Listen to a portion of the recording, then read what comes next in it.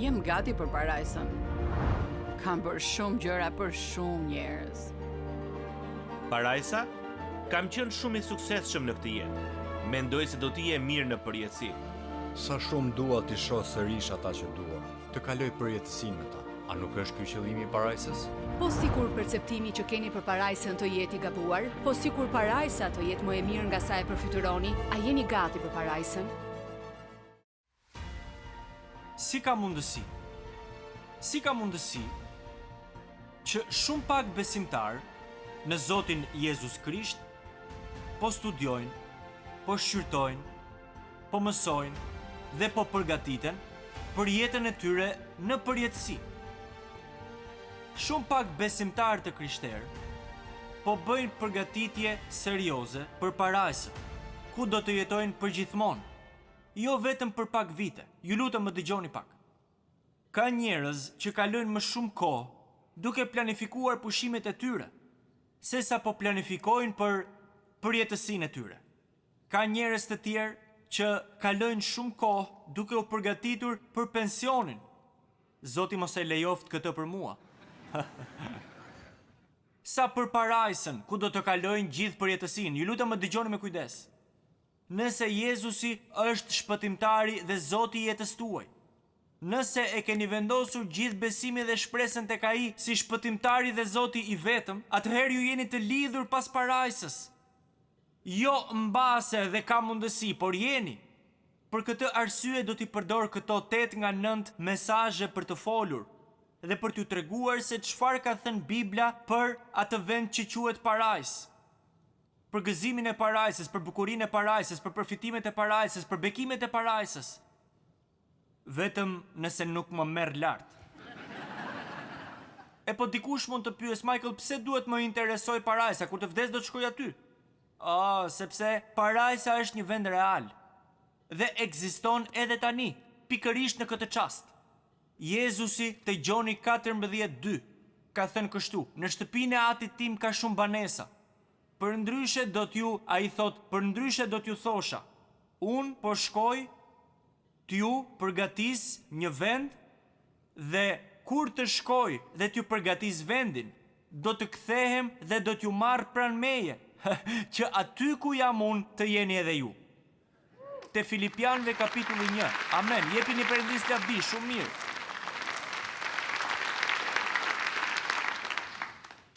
Më e mira nuk ka ardhur ende.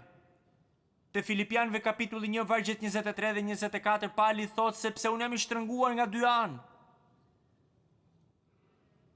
Mund t'ju them me sinqeritet se kështu jam unë tani, në këtë fazë të jetës dhe shërbesës time.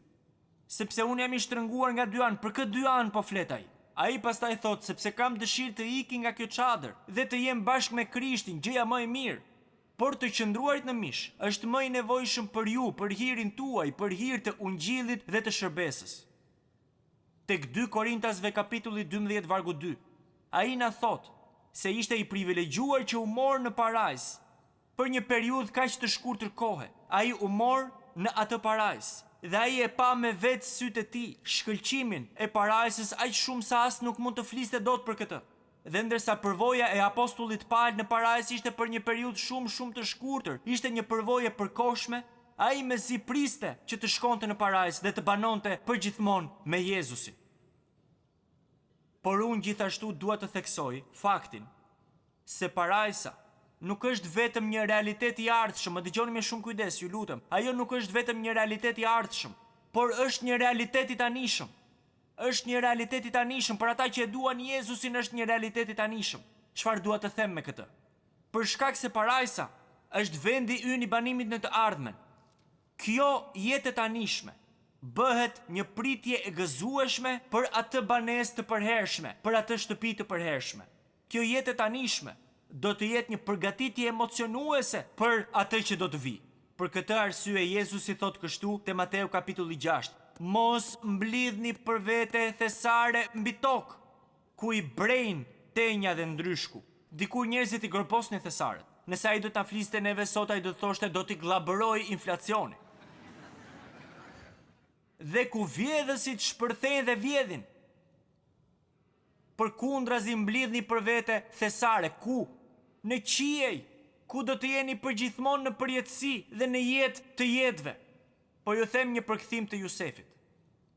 Investoni në atë vend ku do të jetoni për një kohë shumë të gjatë. Sot, le të shohim pak gëzimin e parajsës. Kaq mjafton për sot. Gëzimi i parajsës. Çfarë e bën parajsën parajs? Çfarë e bën parajsën parajs? Biblia na tregon shumë gjëra për parajsën. Ajo na flet për gurët e çmuar dhe për arin e pastër. Biblia na tregon për ribashkimin e madh me njerëzit e dashur, apo për veçoritë e mrekullueshme, për pemën e jetës që nuk e dim se si do të jetë, apo për lumin e jetës, apo për masat e pafundme të shtëpive në qiell. Unë mund të vazhdoj t'ju tregoj ato gjëra që Biblia ka thënë për parajsën, dhe unë do t'ju them shumë më tepër në mesazhet e ardhshme, por më dëgjoni pak, ju lutem më dëgjoni pak. Asnjë nga këto gjëra nuk e bën parajsën parajs. Prandaj, çfarë e bën parajsën parajs? Është prania e Perëndis. Është prania e Perëndis. Është prania e drejtë për drejtë e Perëndis. Përfytyroni të jemi aty fizikisht.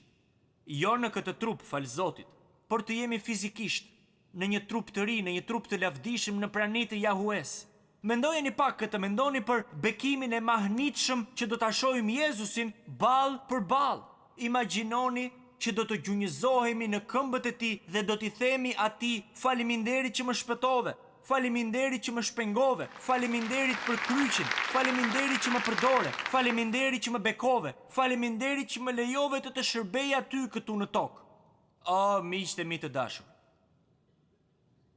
sa po ta shohim Jezusin në parajsë, asgjë tjetër nuk do të ketë rëndësi. Asgjë tjetër nuk do të ketë rëndësi. Pse? Sepse është Jezusi ai që e bën parajsën parajsë. A mund të dëgjoj një amen? Ka disa njerëz që as nuk duan të mendojnë për parajsën. Do të mendoj kur të vi koha për këtë. Ka njerëz të tjerë që janë ndërdyshas për parajsën. Ka edhe të tjerë që kanë frikë edhe nga mendimi se do të shkojnë dhe do ta shohin fytyrën e Perëndis, ball për ball. Tani, nëse ky jeni ju, nëse ky jeni ju dhe po më ndiqni nga e mbar bota, dua t'ju them se dua t'ju përgjërohem në emër të Jezusit që të merrni kohë për t'u rimenduar. Merrni kohë për t'u rimenduar, për pikpamjet tuaja të gabuara. Unë lutem që ju të kuptoni se fakti që do ta shihni fytyrën e Perëndis duhet të jetë frymëzimi më i madh për ju, për ta jetuar këtë jetë për të, që do të ndikojë në çdo vendim që merrni në këtë jetë. Duhet ju motivoj që të punoni dhe të shërbeni gjithmonë me këtë shpresë të ngulitur në mendjen tuaj. Tani nga dhjata e re e dim se, të paktën shumica prej jush e din, disa njerëz që po na ndjekin mund të mos e din, që shenjtoria e shenjtorëve, që është vetëm një simbol, nuk ishte e vërtet, por ishte një simbol. Shenjtoria e shenjtorëve ishte vetëm askush nuk lejohej të hynte aty përveç kryepriftit, dhe ai vetëm një herë në vit. Pse? Sepse ata besonin se aty banonte lavdia. Sigurisht, siç e thash, ajo ishte vetëm një simbol i pranisë së Perëndis, vetëm një simbol. Në fakt, tek Eksodi kapitulli 33, Mojsiu e pyet Perëndin: "Tregom lavdin tënde." Dhe Perëndia ju përgjigj: "Asnjë njeri nuk mund të më shikojë dhe të jetojë. Ai do të shkërmbohej plotësisht." Ju lutem mendoni pak me mua. Mojsiu, një njeri i madh i Perëndis, që u zgjodh prej Perëndis për të bërë gjëra madhështore për Perëndin, i cili i shërbeu Perëndis, nuk i lejohej të shihte fytyrën e Perëndis. Por ne do ta shohim. Ne do ta shohim. Do t'ju shpjegoj pas pak këtë. E po dikush mund të pyes: pse ne do të mund ta shohim fytyrën e Perëndis, por Mojsiu nuk mundej? Pyetje fantastike, faleminderit që pyetët. Sepse Bibla thot se pa shenjtëri askush nuk e sheh Zotin. Thuajeni këtë me mua. Pa shenjtëri askush nuk e sheh Zotin. Por kush mes nesh është i pa mëkat? Kush mes nesh nuk është ndotur nga mëkati? Unë jo. Ju lutem prisni. Nuk e kam thënë akoma pjesën më të mirë. Nuk e kam thënë akoma më të mirën. Në parajs, ne nuk do t'jemi të veshur me rrobat e pista të kësaj toke, por ne do të jemi të veshur me drejtësinë e Jezusit. Biblia flet për rroba të bardha. Këto janë terma simbolik për veshjen e drejtësisë së Jezusit. Pa dyshim që pa shenjtëri askush nuk mund ta shohë Perëndin, por drejtësia e Jezusit do të jetë drejtësia jon. Shenjtëria e Jezusit do të jetë shenjtëria jon. Përsosmëria e Jezusit do të jetë përsosmëria jon. Jezusi do të na prezantojë tek Ati i Tij sikur të mos kishim mëkatuar kur. Mendoni pak për këtë. Ju lutem më dëgjoni pak. Pa u penduar dhe besim vetëm te Krishti, pa faljen e Perëndis për mëkatin, pa marrë dhuratën e Perëndis për shpëtimin, pa rilindur sërish nga fryma e Perëndis, askush nuk do ta shohë Perëndin apo parajsën e tij.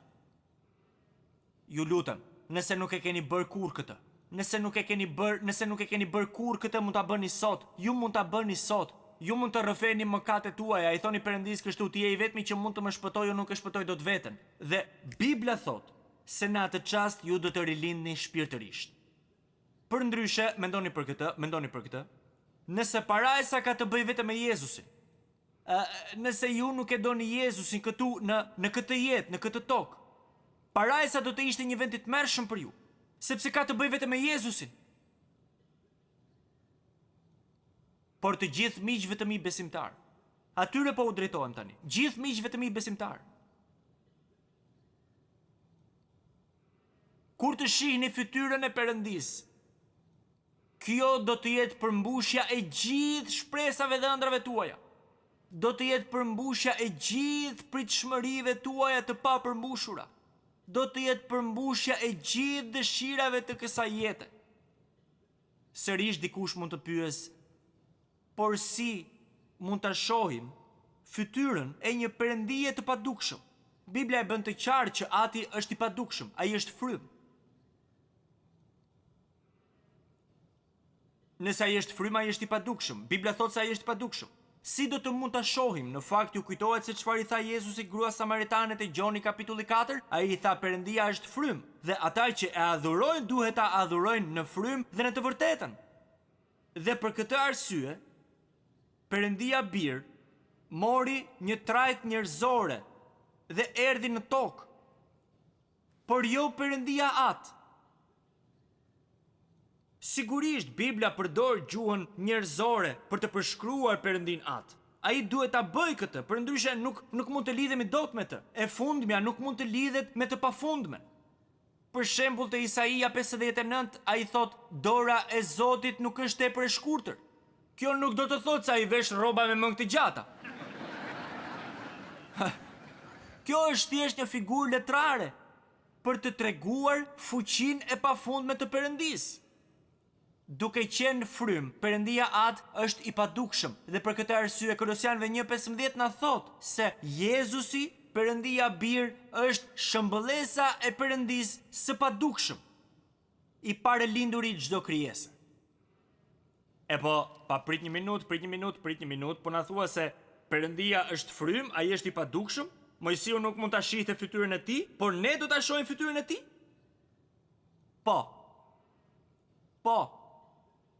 Po si? Ky është lajmi më i mrekullueshëm.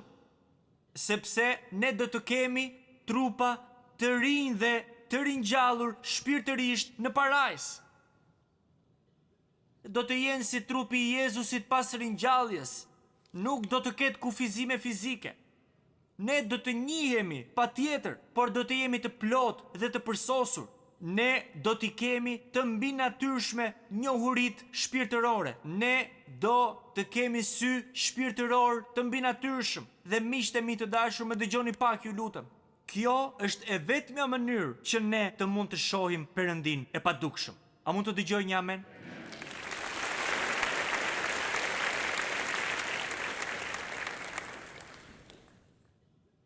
e dini disa teologë, të paktën teologët e mirë, ata e kuptojnë se në parajs ne do të jemi pak a shumë si në kopshtin e ri për të rirë të Edenit. Dhe në shumë mënyra, te kjo ka disa të vërteta. Për shembull, pema e jetës, të cilën Adami dhe Eva e humbën pas mëkatit të tyre, do të zëvendësohet në parajs nga një tjetër pemë e jetës në Jeruzalemin e ri. Shkëlqimi dhe bukuria e kopshtit të Edenit do të jetë kudo në parajs. Kjo është e vërtet. Por, më dëgjoni me kujdes. Shumë njerëz e keq kuptojnë burimin e vërtet të shkëlqimit dhe të bukurisë së Edenit. Nuk ishin pemët edhe bimët, nuk ishte as bollëku i ushqimit që rritej kudo. Nuk ishin as ujvarat e shumta edhe lumenjt edhe rrëket, nuk ishte shumëllojshmëria e kafshëve paqësore. Të gjitha këto do t'jenë aty sigurisht. Por nuk ishin këto ato që e bën Edenin Eden. Nuk ishin këto që e bënin Edenin të ishte një vend madhështor dhe i papërshkrueshëm. Jo, Edeni ishte jashtëzakonisht i bukur për shkak se Perëndia ishte i pranishëm aty. Te Zanafilla kapitulli 3 vargu 8 na thuhet se burri dhe gruaja e dëgjuan zërin e Zotit Perëndi, i cili shëtiste në përkopësht. E kuptoni, ata kishin një marrëdhënie me të, ata flisnin me të, ata komunikonin me Perëndin. Por pas rënies, ata po fshiheshin prej Perëndis. Të gjithë besimtarët e vërtet në Zotin Jezus Krisht, ata që e duan atë, me raste mund të kenë një përvojë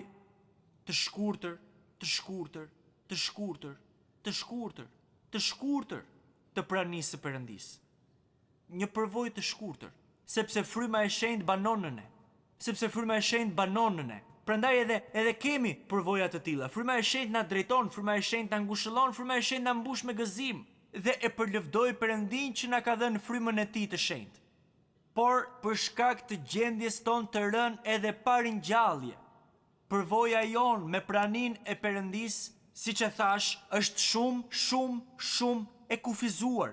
Por jo në parajs, ne do ta përjetojmë Perëndin në një mënyrë që është e pakufishme, që është e plot dhe është përtej aftësisë tonë për ta kuptuar tani. Ashtu si Adami dhe Eva përpara rënies, ne do të kemi miqësi me Perëndin ballë për ballë. Ju lutem më dëgjoni. Kur ne të shkojmë në parajs, ne do të shohim fytyrën e Jezusit. Dhe në atë çast, çdo pikpyetje e jetës do të zhduket. Dhe këto përvoja të dhimbshme tani do të transformohen në një ëndje qiellore. Lotët tanë. Jezusi në fakt do të jetë i zënë duke i fshirë lotët e mi. Lotët tanë do të shndërrohen në oqean e gëzimi. Dhimbjet tona do të bëhen ret me bukuri të pafundme. Lavdi Perëndis. Më lejoni t'ju them diçka përpara se ta mbyll. Ungjilltari Charles E. Fuller, emrin e të cilit ka marrë seminari Fuller, ai kishte një program të njohur mbarkombëtar në radio. Në programin në radio një ditë ai lajmëroi se javën tjetër do të fliste mbi parajsën.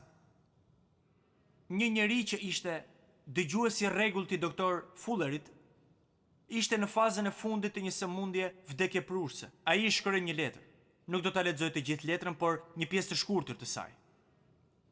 Në pjesë të caktuara letra shkruante: "Unë jam i interesuar për atë tokë, sepse mora hipotekën për një pronë të vogël aty përpara më shumë se 55 vitesh. Unë nuk e bleva atë, por ajo mu dha mua pa para apo çmim. Por dhuruesi e bleu për mua me një sakrificë të jashtëzakonshme. Termitet nuk do t'ja rrënojnë themelet kurrë, sepse është ndërtuar mbi shkëmbin e epokave. Zjarri nuk mund ta shkatrojë dhe përmbytjet nuk mund ta prishin atë. Lavdi Perëndis."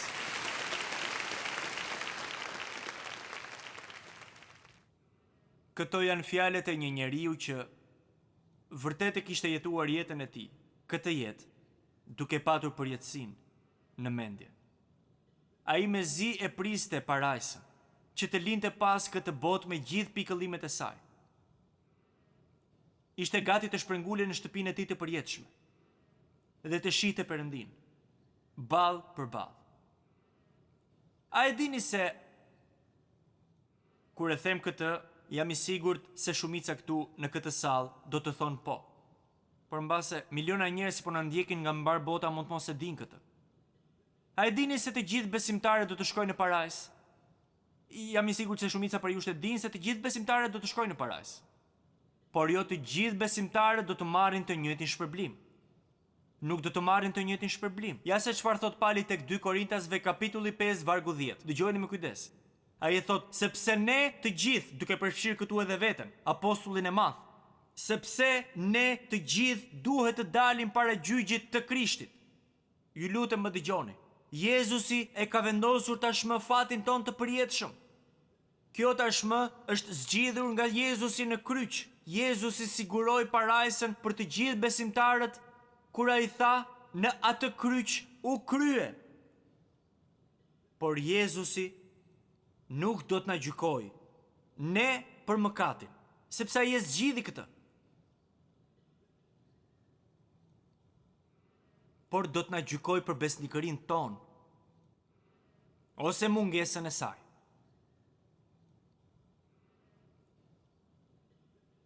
Shumë prej jush e din që çdo çast që jam zgjuar, ndonjëherë edhe kur jam në gjumë,